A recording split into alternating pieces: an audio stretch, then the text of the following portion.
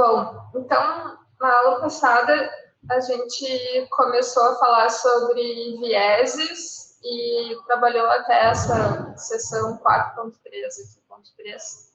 Justamente essa seção, ela traz, assim, a demonstração matemática sobre o impacto dos vieses nas medidas de associação, nas estimativas de magnitude de efeito. O que ele inicia, né, trazendo é o efeito do erro de classificação, né? Então seria quando acontece viés de informação, mas não diferencial entre os grupos de comparação. De modo geral, o que acontece é, mesmo que exista o mesmo viés para os dois grupos que a gente está comparando, a ideia é que a gente vai ter estimativas de efeito, associações que vão ser menores do que as reais, então subestimadas. A gente, na aula passada, falou que viés de seleção, quando eles são não diferenciais, eles tendem a se anular nos dois grupos. Mas erro de informação, de classificação dos grupos, é um problema porque tende a subestimar o real efeito das associações. Obviamente, tem a tendência a falar um pouquinho de consumo alimentar, como é difícil medir consumo alimentar, porque é uma informação que existe muita abstração e memória das pessoas, e se existe um erro, e esse erro, ainda que seja não diferencial entre as pessoas, entre os grupos, mas diferente da verdade, a gente pode ter associações mais fracas, né, riscos relativos a uma magnitude menor do que supostamente é real. Nessa primeira tabela, ele traz aqui uma tabelinha 2x2 clássica para uma associação de uma razão de chances de 4. Tá? Depois ele usa essa mesma associação como exemplo para quando existe algum erro de classificação, né, um viés de informação em relação aos grupos. Tá? Supostamente a verdadeira associação é 4. Fique claro que aqui ele está tentando nos demonstrar matematicamente, porque sempre que a gente tiver condições de medir sem viés, a gente vai optar por isso, né? Mas aqui é um exemplo hipotético, né? Justamente porque ele quer demonstrar como seria com e sem viés, né? Aqui, né, na primeira simulação, é se houvesse uma tendência a subestimar a exposição em 30%, né, entre os casos, e também subestimar em 30% a exposição nos controles. Tá? Eram 50%, 30% a menos dos 50% dá os 15%. Se esses 15% dizem que não estiveram expostos quando, na verdade, estariam, eles têm que vir para o não. Tá? Então, é só para quem não tinha dedicado tempo para entender a tabela, a ideia é essa, é como se trocasse, né, a resposta de sim para não. Então, esses mesmos 15 disseram não, e essa subestimativa da exposição em 30% também aconteceu no controle, que aqui eram 20%, 30% de 20%, aqui os 6% disseram que não, então vieram para a categoria do não. Né? E aí, qual o resultado dessa troca na subestimativa da exposição, que é não diferencial em casos de controles, é que eu tenho uma razão de chances que, ao invés de ser verdadeiramente 4, ela é reduzida para 3.3.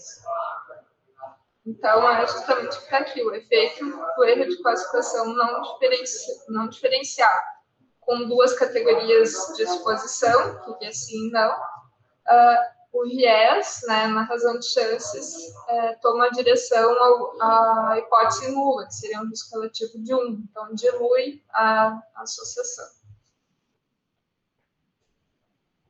Nesse exemplo que a gente viu, algumas pessoas que eram verdadeiramente sim, respondiam que não. Né? Então, a gente captava só parte dos sim. Então, essa capacidade de captação dos que tem aquela condição, né, que ali era a exposição, a gente chama de sensibilidade, né, dos que verdadeiramente são sim, quantos a gente consegue captar é a sensibilidade. Então, aqui ele vai mostrar qual o impacto da sensibilidade, da especificidade e da prevalência daquela característica da população sobre a magnitude do efeito. Tá? a magnitude da associação. A regra para vocês que ele traz é que tanto menor sensibilidade, menor especificidade ou menor prevalência, tudo isso são componentes, né, desse quadro que reduzem a magnitude da associação, estão diminuindo a razão de chances quando esse erro de classificação, esse viés de informação é não diferencial entre os grupos de comparação. Tá? Então, aqui está comparando casos e controles. Nesse exemplo aqui, não diferencial também, porque a gente vê que a sensibilidade é de 90% dentre os casos e é o mesmo valor da sensibilidade entre os controles, a mesma especificidade entre os casos, a mesma especificidade entre os controles. Então, para quem não está muito familiarizado com o conceito de sensibilidade e especificidade, eu vou repetir aqui que se verdadeiramente haviam 80 pessoas expostas dentre os casos, e ele só consegue captar 90% desses verdadeiramente expostos, a sensibilidade é de 90%, então, que é representada aqui, 90% de 80 dá 72. Então, esses outros 8, que eram sim, mas são classificados como não expostos, eles são falsos negativos. A especificidade, ela diz respeito a não existência daquela condição, tá? Então, nesse caso, a gente está falando de sensibilidade e especificidade para exposição. Então, não eram expostos, tá? Verdadeiramente eram 20, mas ele só captou 80% desses não expostos, que dá 16.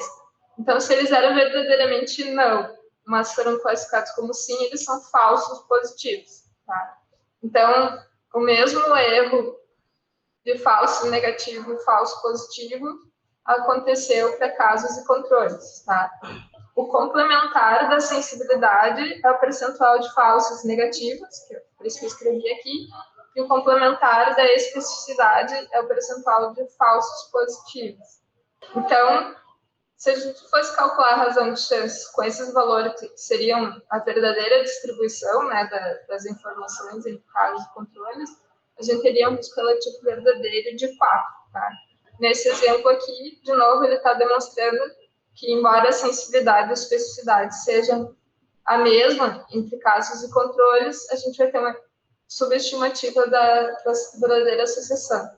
Então, imaginem vocês, essa é a nossa realidade. Quando a gente aplica um questionário e a gente diz que o questionário tem uma, sei lá, para qualquer coisa, sei lá, saúde mental, uma sensibilidade de 90%, uma especificidade de 80% é bastante boa, né? A gente tende a achar que esses instrumentos são bons, porque a maioria dos instrumentos chega próximo a esses valores, mas dificilmente superior a esses valores. Então, é importante que a gente note que as reais estimativas de risco provavelmente são maiores do que aquelas que a gente encontra nos estudos. Ok? Aqui, de novo, ele vai fazer a mesma comparação, tá? Para quem quiser depois dedicar um tempo para ver se simulou. E aí, então, eu havia mencionado, né, que a sensibilidade e especificidade, né, do questionário que a gente usa, por exemplo, e também a prevalência daquela característica na população vão impactar na estimativa de efeito, a razão de chances que a gente está estimando para ser próxima à real. Então, considerando uma verdadeira razão de chances de 4, o que acontece? Mantendo especificidade constante, mantendo prevalência da característica constante, só diminuindo a sensibilidade. Qual o efeito na medida de associação? Diminui a sensibilidade de 90% para 60%. Eu vou aqui ter uma redução de 2,5 para 1,9 vezes a razão de chance. Tá? Então, diminuiu a razão de chance. Agora, se eu manter a sensibilidade mais alta e constante, uma característica está presente em 20% da população. Mas eu usar um questionário, um exame, enfim, que tem uma especificidade menor, que ao invés de ter uma especificidade de 95%, por exemplo, ela tem uma especificidade de 60%. O que acontece com a magnitude da associação? Ela também cai. E se eu tiver uma sensibilidade boa de 90%, especificidade boa de 90%, isso for constante, mas eu estiver tentando medir uma exposição na população que é mais rara, que em vez de ser de 36,8%, 20%, seja de, por exemplo, 7,7%, ele quer mostrar o efeito de reduzir a exposição que eu quero estimar ali na população com o meu questionário. O que vai acontecer com a medida de associação? Ela também reduz. Então, por isso que ele diz que a regra é, sempre que eu tiver erro de classificação, né, que eu posso chamar de viés de informação, ainda que não diferencial entre os grupos, o impacto é uma menor, uma subestimativa da real medida de associação.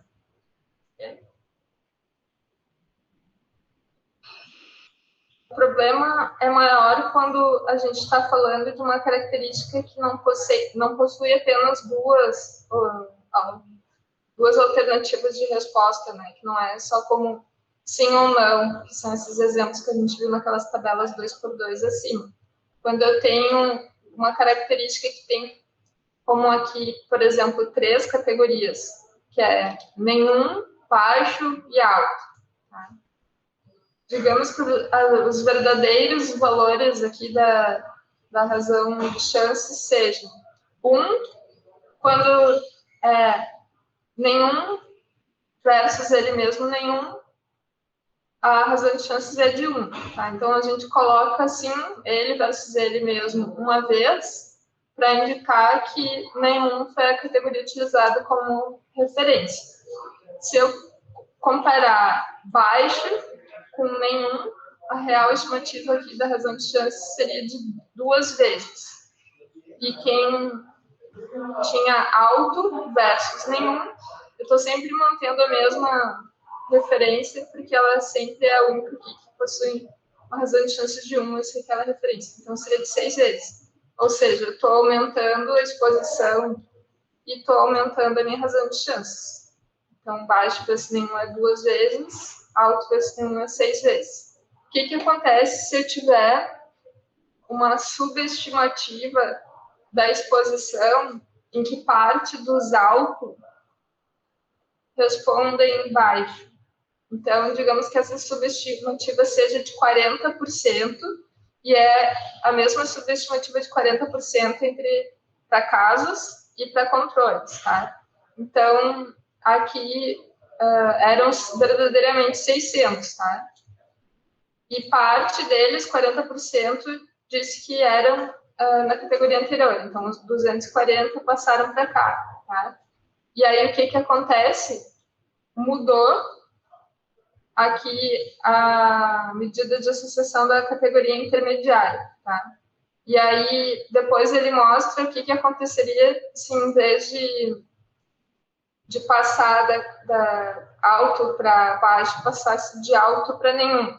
Aí mexe nas duas estimativas de associação, tá? Então, porque daí mexe também na de referência, por isso que acaba impactando nas duas. Mas, moral da história é que a regrinha que a gente viu antes, quando a gente fala de uma característica que é sim ou não, né, que é dicotômica, a gente diz que sempre erro de classificação, erro de informação subestimava a real associação. Mas quando a gente tem mais do que 2 categorias de resposta, como sim e não, foi o exemplo ali de 3 opções, o erro de informação, erro de classificação, mesmo que seja não diferencial entre os grupos, ali era 40% para os 2 grupos, né, dos casos controles, a gente não sabe qual é o impacto na magnitude da associação. Ela pode ser tanto superestimando ou subestimando, tá? Porque aqui a verdadeira era de 2, superestimou para 3,14 e depois subestimou para 0,82. Então, fica muito difícil de prever qual vai ser a direção, né, da estimativa da magnitude da associação se eu tiver mais do que duas categorias. Tá?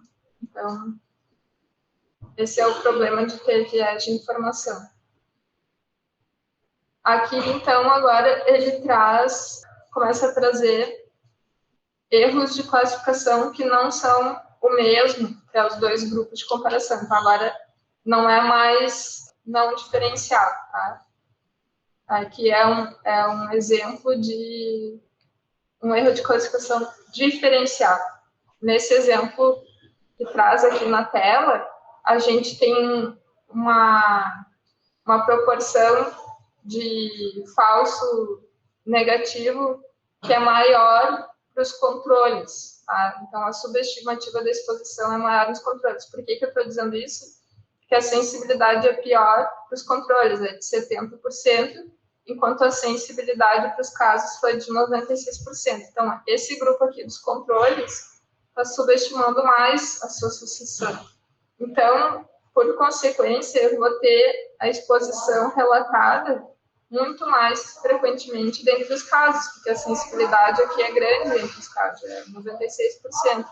Então, se eu consigo medir melhor a exposição, captar mais a exposição nos casos, por consequência, eu vou ter uma razão de chances que é maior do que a verdadeira, porque eu não estou conseguindo captar a exposição dentro dos controles. E como a razão de chances justamente compara a exposição dentre casos e controles, se ela é subestimada nos controles, eu vou ter uma magnitude de efeito maior do que a real. Aqui também diferencial o erro de classificação, mas o que acontece se o impacto também for na especificidade? Então, eu vou ter mais falsos positivos aqui no controle. Tá? Aí é o contrário, eu vou estar tendendo a medir melhor a não exposição nos casos. Então, eu vou conseguir ter mais não expostos, verdadeiramente não expostos nos casos, do que os verdadeiramente não expostos nos controles. Eu estou pegando só 80% dos verdadeiramente não expostos nos controles. Então, eu estou com dificuldade de deixar não exposição nos controles. Por isso, a minha magnitude da associação vai ser reduzida. Ok? Eu estou conseguindo ter mais não expostos entre casos, por isso que a magnitude da associação é menor.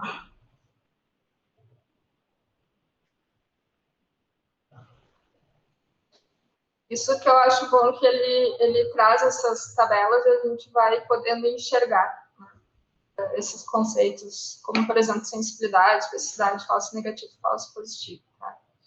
Aqui ele traz, de uma forma diferente, a mesma coisa. Tá? Né? Os falsos negativos são o complementar da sensibilidade. Se eu tiver uma sensibilidade de 96%, significa que eu vou ter 4% que eu não vou conseguir captar dentro dos casos, ou seja, eles vão ser classificados como negativos, mas eles são falsos negativos, porque eles tinham aquela característica, eu só não consegui captar porque a minha sensibilidade não é de 100%. Então, o complementar da sensibilidade são os falsos negativos, e o complementar da especificidade, porque tinha uma especificidade de 80%, então os falsos positivos vão ser de 20%. Tá? Exatamente isso que ele trouxe aqui. Então, eu vou ter um erro de classificação que deveriam ser classificados como sim, pela sensibilidade, mas foram classificados como não, e aqui os que deveriam ser classificados como não, mas foram classificados erroneamente como sim. Tá? Então, como aqui é uma tabelinha 2x2, o erro de classificação tendeu a ter uma subestimativa da associação. Aqui ele retoma, ele já no início do capítulo, ele havia comentado sobre um exemplo de relato do aquele estudo das enfermeiras, Nurses Health Study, que investigou dentre casos de melanoma, perguntou se a pessoa tinha ou não uma habilidade para se bronzear, digamos assim, se ficava ou não ficava bronzeado. Aqui as opções de resposta, tá? Nenhum bronzeado, praticamente nenhum bronzeado, ou apenas um baixo bronzeado, tá? Depois a outra categoria é os que tem para médio, para mais ou super bronzeado, tá? E também a cor do cabelo. Então, a tendência que eles viram é que, dentre os casos, teve uma maior tendência a dizer que eles tinham dificuldade para se bronzear. Então, uma tendência tem um erro de classificação maior nesse grupo para nenhuma capacidade de bronzeado, tá? Bastante erro de classificação aqui, tá?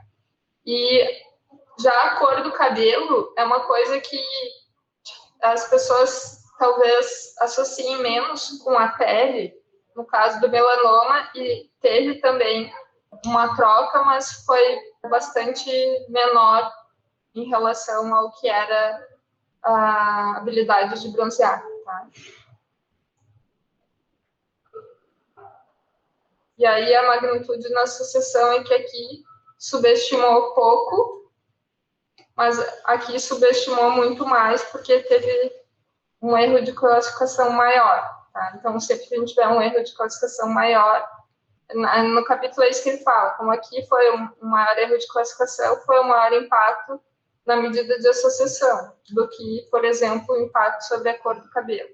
Até porque cor do cabelo é difícil a pessoa errar a classificação, né? A pessoa tem dúvida se ela é ruiva ou loira, é mais difícil do que ela ter dúvida sobre a capacidade de bronzear, né?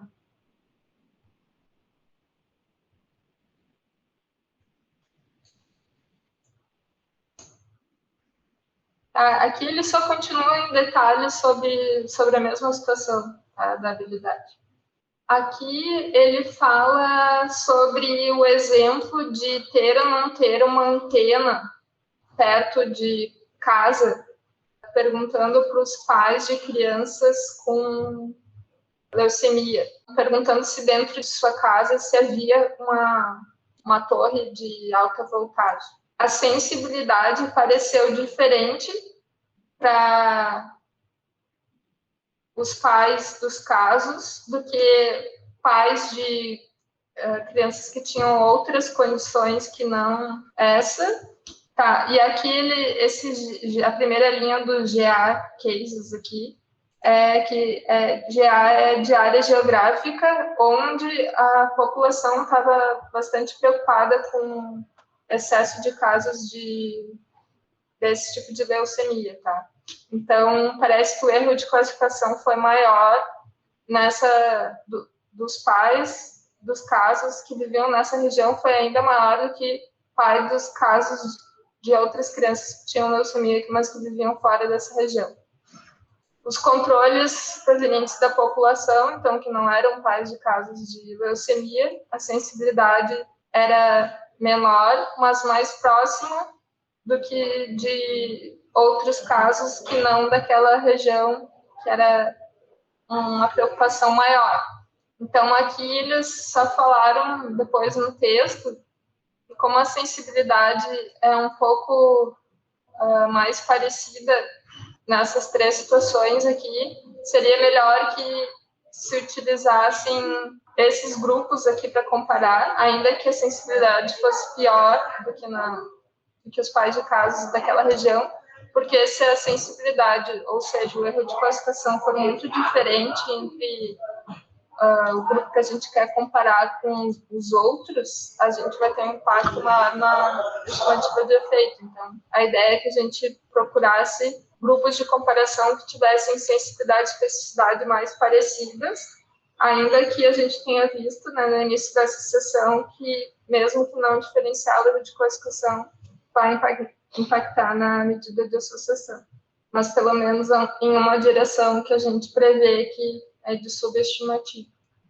Depois ele passa para erro de classificação das variáveis de confusão, porque até agora se teve por foco erro de classificação para a exposição de interesse, né, para o fator de interesse, mas erro de classificação das variáveis que são potencialmente confundidoras também vai ter um impacto na magnitude de associação que a gente vai estudando. E esse impacto é em relação a ter um ajuste imperfeito. Por exemplo, se eu quero ajustar a minha medida de associação para o nível de atividade física do indivíduo. Se eu meço mal, ou seja, de forma imperfeita a atividade física, eu vou estar ajustando também de forma imperfeita para a atividade física. Eu só consigo ajustar para aquilo que eu medi. Então, se tem erro que eu não fui capaz de medir, eu vou estar ainda sofrendo confundimento decorrente desse erro na variável de confusão. Por isso que quando vocês leem artigos e falam lá na discussão de a possibilidade de existir confundimento residual, esse confundimento residual pode ser por outras variáveis que não foram incluídas no modelo, que não foram sequer pesquisadas naquela pesquisa, no projeto. Pode também ser confundimento residual decorrente da mensuração imperfeita ou incompleta das características que foram consideradas como potenciais confundidores. Bom, como que a gente poderia prevenir erro de classificação? Aqui ele só repete, né, que se tiver um erro de classificação não diferencial para uma magnitude de associação pequena, digamos que a verdadeira razão de chance chega próximo a 1,3, a gente pode virtualmente, né, encontrar uma associação de efeito nulo, né, de 1. Ainda que a sensibilidade e a especificidade sejam razoáveis, como 70%. E em relação a erro de classificação, a direção do erro de classificação para variáveis de confundimento, pode ou diluir ou aumentar a associação, depende se esse é um confundidor positivo ou negativo, né? Se ele é um hábito de vida, por exemplo, saudável, que eu estou querendo ajustar, ou se é um hábito de vida não saudável, por exemplo. Uma condição socioeconômica favorável ou não favorável pode levar a magnitude de associação para o meu fator de interesse, tanto para cima quanto para baixo, se tiver um ajuste imperfeito. Isso é meio óbvio, é o que eu havia comentado antes, né? Se a gente fosse capaz de medir a verdadeira associação, a gente iria ficar sempre por medir a verdadeira associação, mas, de modo geral, ela não é disponível, né, para poder dizer qual foi o tamanho do nosso erro.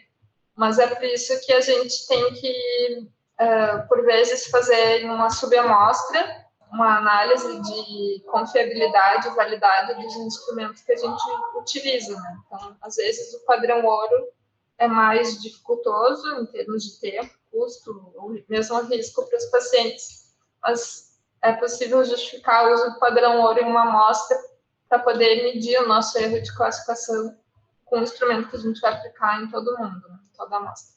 Sempre tentar avaliar erro de classificação por métodos de certificação e controle de qualidade, por exemplo, das entrevistas, dos exames, tentar mensurar a adesão do protocolo, seja por, então, ouvir gravações, ou por vezes acompanhar, ficar meio de sombra na sala para observar se o entrevistador ou o examinador está seguindo os protocolos. Bom, então, até ali foi erro de classificação, né? E aí ele começa a falar sobre a combinação de dois problemas, que seria viés de seleção e viés de informação. A gente também já tinha mencionado lá na aula do simulado, né, como às vezes é difícil classificar ou dar nome assim aos vieses como seleção ou informação, embora sejam grandes tipos, né, categorias de vieses, muitas vezes eles estão presentes de forma combinada, né? E essas situações que ele trabalha daqui para frente são justamente situações como essa em que a gente pode ter tanto viés de seleção ou viés de informação de forma combinada. Então, uma delas é uma que a gente viu no simulado, que era viés de vigilância médica, ele também fala no início do capítulo, que é justamente quando a identificação do desfecho não é independente da exposição, ou seja, a gente tem uma tendência a achar mais a doença em pessoas expostas. Ele falou, por exemplo, o uso de anticoncepcionais ou pessoas que são acompanhadas por ter diabetes, a gente pode encontrar mais desfechos, né, nessas pessoas por estarem em uma vigilância maior que a população geral. Ele fala aqui, então, que viés de vigilância médica pode ser tanto viés de seleção ou informação, a depender do contexto do delineamento do estudo. Então, por exemplo, no estudo de caso-controle, se os casos forem mais prováveis de ser identificados no estudo, se eles estiverem expostos, a gente pode ter um viés de seleção. Então, o exemplo eu acabei de falar, né? Mulheres que fazem uso de anticoncepcional, elas tiverem uma vigilância maior, a gente encontrar mais casos nesse grupo, então tem um viés de seleção. Agora, se a gente estiver fazendo uma corte em que o grupo exposto for submetido a mais exames do que o não exposto, mesmo que seja uma corte, não um delineamento que pega casos e controles, a gente pode encarar isso como um viés de informação. Mas fica tudo bastante junto, né? É justamente um exemplo de que viés de informação e viés de seleção estão presentes de forma combinada. Maneiras de evitar seria que a gente pudesse avaliar o desfecho de forma sistemática, independentemente da exposição. Então, quando a gente faz um estudo de corte em que todos os participantes são submetidos aos mesmos exames periodicamente, eu minimizaria o viés de vigilância, porque a vigilância é a mesma para todos os participantes. Então, métodos padronizados para definição da presença dos desfechos. Uma estratégia complementar seria tentar mascarar a exposição na hora de medir o desfecho. Então, por exemplo, se a gente está comparando pessoas que são submetidas a uma nova droga em teste, como num ensaio clínico randomizado, com um grupo que está submetido a placebo, se quem for definir se o sujeito teve ou não teve um infarto no estudo tiver mascarado, tiver cego para o grupo intervenção ou grupo controle, ele não vai ter uma tendência de encontrar mais desfecho, por exemplo, no grupo controle, né? Se for, não vai ser um viés em decorrência da exposição, porque ele está cego em relação à exposição. Outra sugestão que ele faz para tentar avaliar se houve viés de vigilância médica é tentar medir algum indicador de cuidado. Então, ele fala que mesmo o básico, que seria condição socioeconômica, pode, de alguma maneira, estar relacionado com cuidados médicos e, por isso, vigilância médica, acesso aos serviços médicos em que seria possível fazer o diagnóstico.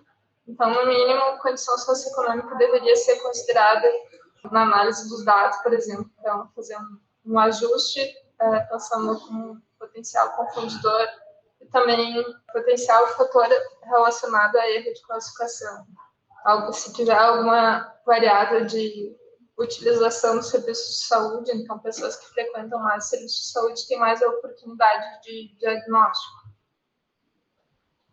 E ele sugere também fazer uma estratificação, se possível, pela gravidade da doença, para ver se a associação entre exposição e desfecho está presente em todos os estratos de gravidade da doença, ou se é só nos estratos menos graves, porque os menos graves potencialmente seriam capturados só por uma vigilância maior, enquanto que os mais graves acabam chegando aos serviços de saúde mesmo com uma menor vigilância, porque eles precisam, digamos, ao final de um cuidado médico, ainda que o acesso dele fosse dificultado para estágios mais leves.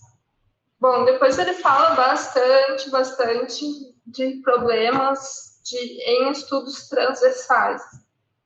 A maioria de nós já viu muitíssimas vezes que estudos transversais não servem para testar a relação de causa e efeito, né? Mas o interessante aqui é que ele ressalta o impacto, de novo, matemático, né? De se utilizar um estudo transversal para medir ou estimar supostamente um risco relativo, né? Quais são os equívocos que podem acontecer.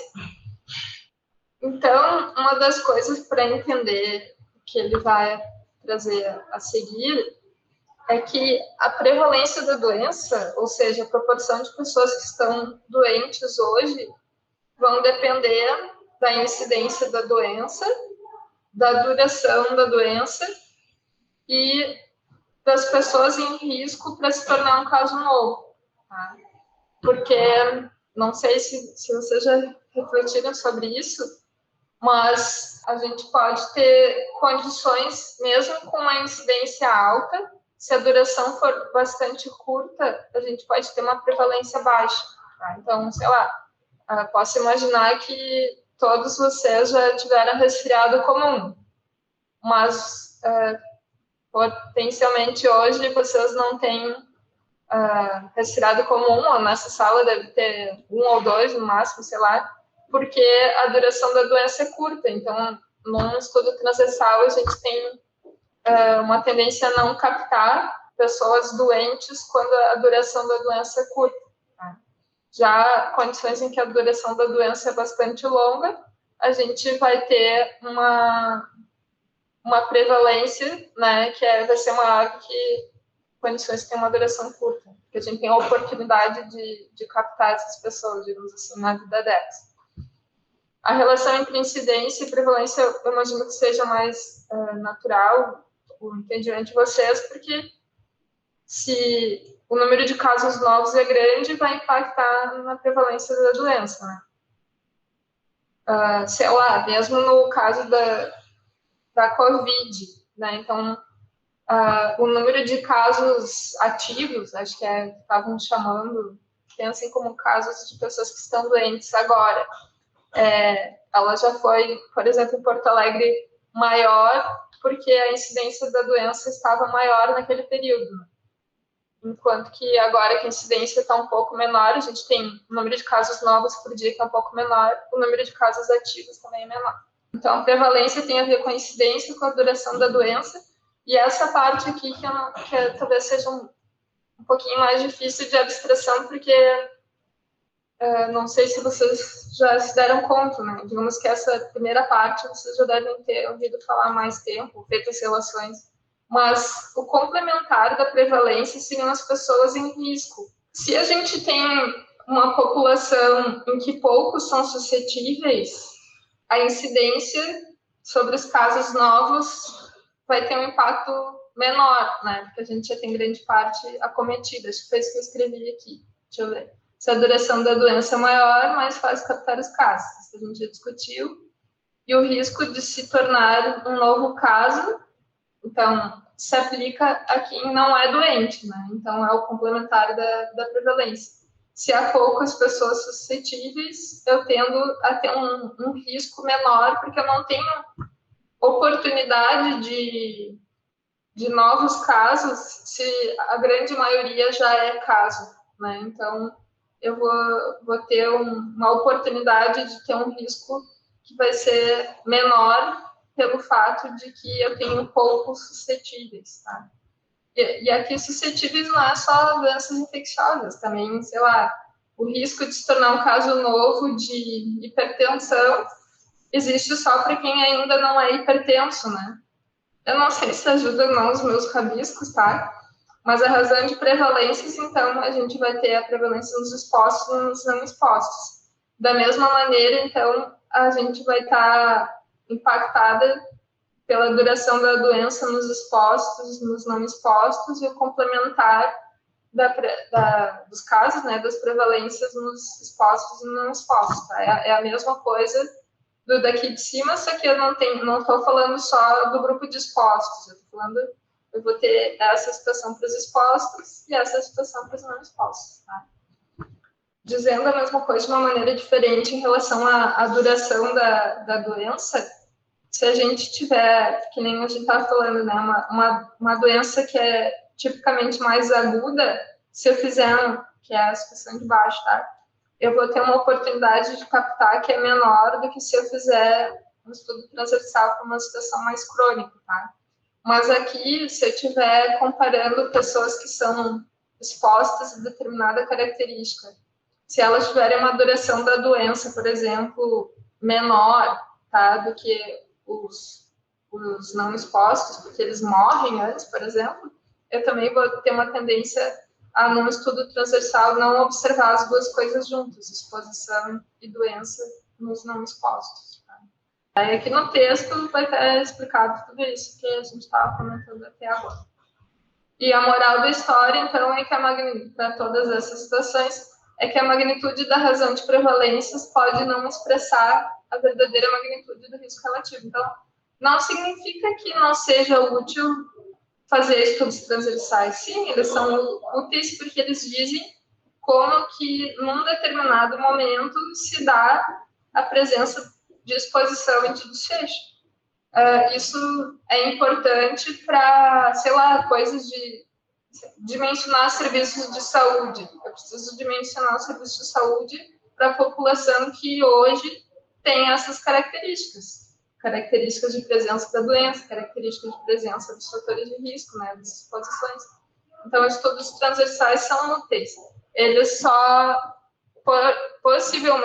provavelmente vão estar equivocados na magnitude da estimativa do risco relativo, né? Qual o risco de um indivíduo se tornar exposto, se tornar um caso?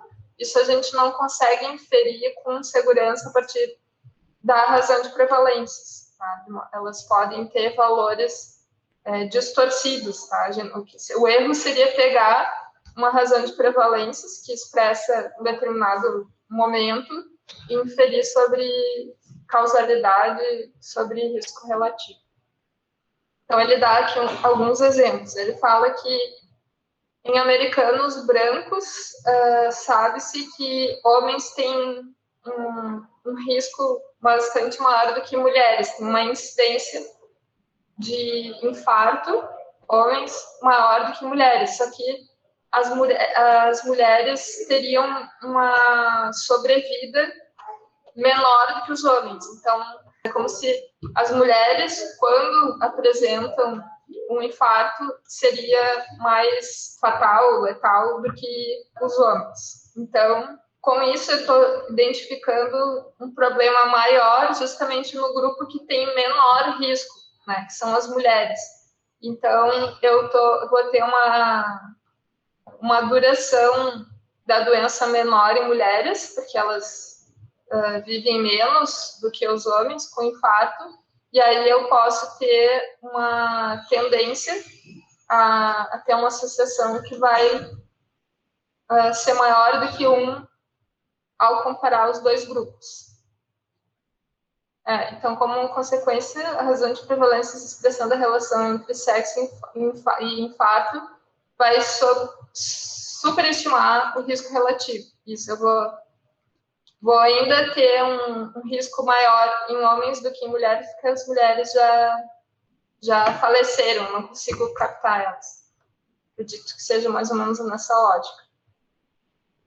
E aqui, no caso do enfisema e fumo, o que ele fala é que fumar substancialmente aumenta o risco de enfisema, mas a sobrevivência de casos de câncer tem enfisema é menor do que aqueles que não fumam. Então, como resultado, a prevalência em estudos transversais vai ter uma tendência a ter uma associação que subestima o risco relativo. Então, nos expostos, justamente nos expostos, que se vai ter a menor capacidade de captar o caso, porque eles tendem a falecer. Aqui ele só está falando situações, então, que a prevalência tende a ser menor do que a incidência.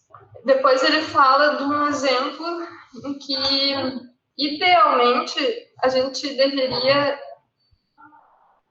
captar casos e controles, para fazer um estudo de casos de controle a partir de uma coorte, porque o nível de vigilância é a mesma para expostos e não expostos, então a gente não teria um viés de seleção ou mesmo de informação, porque a gente já vinha acompanhando essas pessoas antes, né? Então ele fala aqui de duas situações em que de riscos de se pegar apenas casos prevalentes e não casos novos, para um estudo de caso controle, e do risco de se pegar casos novos que têm uma vigilância diferente, né? Às vezes vocês vão ouvir essa situação ideal, mas nem sempre é possível de fazer um caso controle aninhado a uma corte, né? Do inglês é bem alinhado mesmo, é nested. Bom, depois ele fala de algo que é mais corriqueiro, assim, que a gente ouve falar mais, do problema de estudos transversais, que ele chama de viés temporal, que eu acredito que a gente ouve mais como problema de causalidade reversa, né? Que a gente não consegue estabelecer tempo para separar a exposição da doença, né? A gente não sabe o que veio primeiro, se primeiro veio a doença e depois a característica que a gente está deduzindo que seja um fator de risco, né? Ou primeiro veio, de fato, a exposição, tá? Então, sei lá, se a gente for fazer um estudo exogeno PPG da epidemia, por exemplo, avaliar consumo alimentar de hipertensos e não hipertensos. A gente encontra que quem é hipertenso refere consumir menos sódio do que não hipertensos. Então, se a gente fosse querer fazer uma inferência sobre causalidade, a gente estaria equivocado dizendo que consumir pouco sódio está associado com presença da doença, então seria danoso, causando hipertensão. Não, é justamente o contrário. Provavelmente, nesse estudo transversal, justamente por ser hipertenso e ter acesso à informação de que é hipertenso, e tudo que a mídia já nos traz, é uma informação bastante difundida a relação entre sódio e hipertensão, eu vou encontrar um menor consumo de sódio entre hipertensos. Se eu for avaliar o estudo transversal entre pessoas que têm diabetes e que não têm diabetes, o consumo alimentar, eu vou encontrar, talvez, quem tem diabetes relatando, inclusive, um melhor consumo alimentar, evitando alimentos como bebidas açucaradas, refrigerantes, enfim, bebidas adoçadas, porque é algo contraindicado para quem tem diabetes, né? Então, eu vou ter associações em que a relação temporal foi afetada e eu não consigo separar a exposição e desfecho. Então, é chamado de causalidade reversa. Uma tentativa de evitar isso, eles falam em tentar, de alguma maneira, reconstruir os eventos ao longo da vida do sujeito. Então, perguntas como quando você esteve exposto pela primeira vez a tal coisa, né? Então, sei lá, tabagismo, se pergunta anos de tabagismo, número de cigarros, se faz uma função entre tempo e quantidade de cigarros. Usualmente a gente vê isso nos estudos, por exemplo. Perguntar quando surgiu determinada doença. Então, isso são coisas que a gente tenta fazer, mas, obviamente, assumindo que a informação que a gente recebe dos indivíduos é acurada, né? Se a informação for diferenciada sobre o relato desses eventos passados pela presença ou não da doença, né, a gente vai ter um viés, mas ainda, pelo menos, a gente consegue tentar estabelecer um pouco a sequência dos eventos ao longo da vida do sujeito. Uma coisa que ele salienta também, que não são só estudos tipicamente transversais, né? Mas mesmo quando a gente faz um estudo de coorte, a gente começa a avaliar associações transversais ao início do estudo, né? Na linha de base dos estudos, às vezes a gente tem várias e várias análises transversais que vão sofrer essas mesmas limitações. Depois ele começa a falar de vieses mais relacionados a diagnóstico, né? A gente discutiu também algumas dessas coisas lá no simulado. Ele já de cara diz no início que, então, o melhor delineamento para a gente decidir ou inferir se vale a pena fazer um rastreamento seria um ensaio clínico randomizado, em que eu sorteio algumas pessoas a serem rastreadas e outras não. E aí eu sigo, por exemplo, tratando aqueles que eu identifiquei como casos novos, né? Oferecendo os cuidados de saúde necessários para os casos detectados, e avalio a sobrevida ou avalio a mortalidade entre os dois grupos. Ele traz várias figuras aqui que têm a mesma representação da história natural das doenças, né? Então, que, de modo geral, todas as doenças a gente passa por uma alteração em menor grau, digamos assim, ainda celular, por exemplo, até que se tenha, em algum momento, né, do desenvolvimento dessa disfunção que vai culminar em uma doença, a um ponto em que o diagnóstico passa a ser possível, quando o diagnóstico de fato é feito, né, e seja num rastreamento, por exemplo, e quando o diagnóstico é feito pela presença dos sintomas, até que se tenha o desfecho de interesse, pode ser uma complicação, enfim,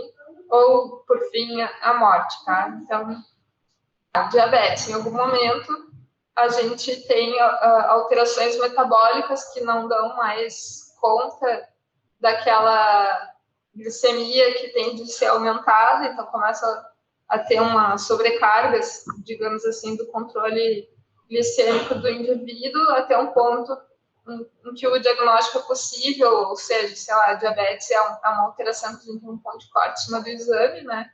Mas que isso já está alterado e em algum momento isso aparece num exame que pode ser feito, por exemplo, precocemente, e aí detectar que foi alterado nesse rastreamento, ou, por fim, até que o indivíduo passasse a ter algum sintoma de diabetes, que provavelmente já seria bastante tardio, quando ele já tivesse alguma complicação da doença.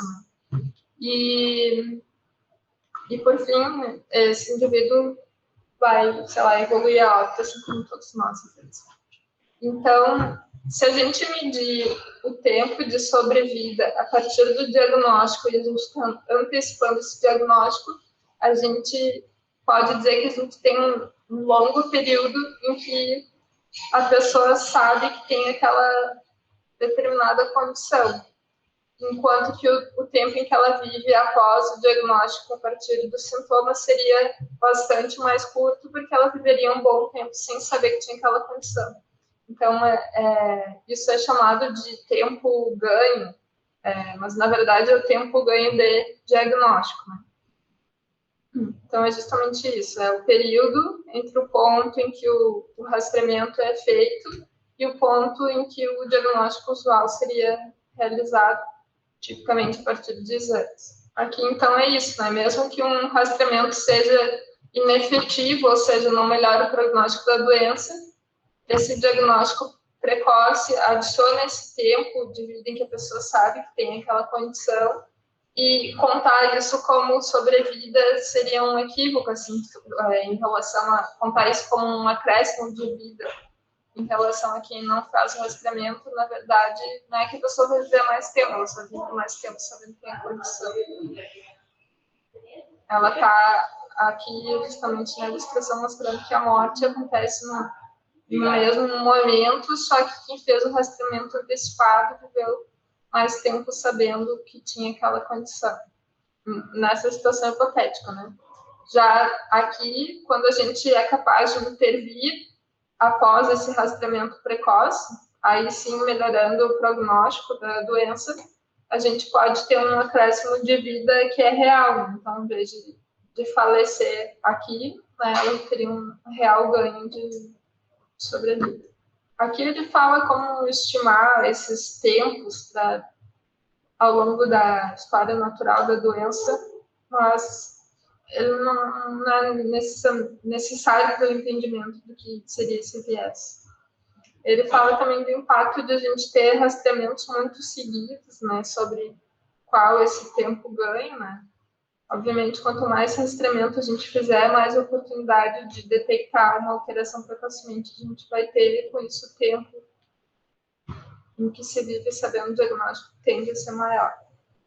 Depois ele faz uma condição, faz uma reflexão sobre superdiagnóstico, não sei bem como traduzir, mas é a situação de que a gente tende a achar condições em que não se sabe exatamente se tem um impacto ou não na sobrevida das pessoas. Isso é bastante complexo. Como, por exemplo, ele fala que cerca de 1/3 dos homens teria câncer de próstata ao longo da vida, né? E agora em que a expectativa de vida é maior, a gente teria uma proporção bastante grande de homens com câncer de próstata, mas dependendo do tipo de câncer de próstata, mesmo que nada fosse feito e que, portanto, não fosse rastreado, é questionado se impactaria na sobrevida desses homens, porque eles seriam tipos de câncer não, por exemplo, potencialmente invasivos ou letais. Tá?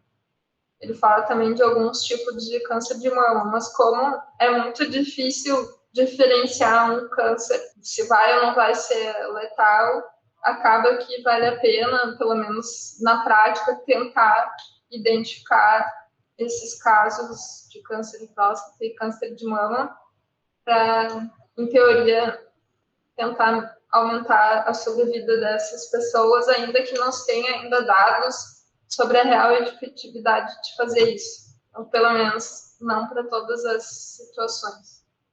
Eu até me surpreendi, não imaginava que seria tão grande essa proporção de homens com câncer de próstata. Ele fala a partir de uma determinada idade, agora não me lembro, a partir de 70 anos, entre 2 e 3, cerca de 2/3 a 100% dos homens teriam câncer de próstata.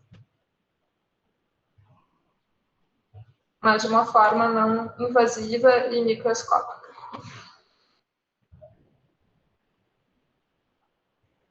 Bom, então, na aula que vem, a gente parte para o capítulo 5. Agora já vamos avançar para compreendimento, tá? Então, o próximo capítulo é o capítulo 5. Ok? Uma boa tarde para vocês. Qualquer coisa, vocês sabem como me achar.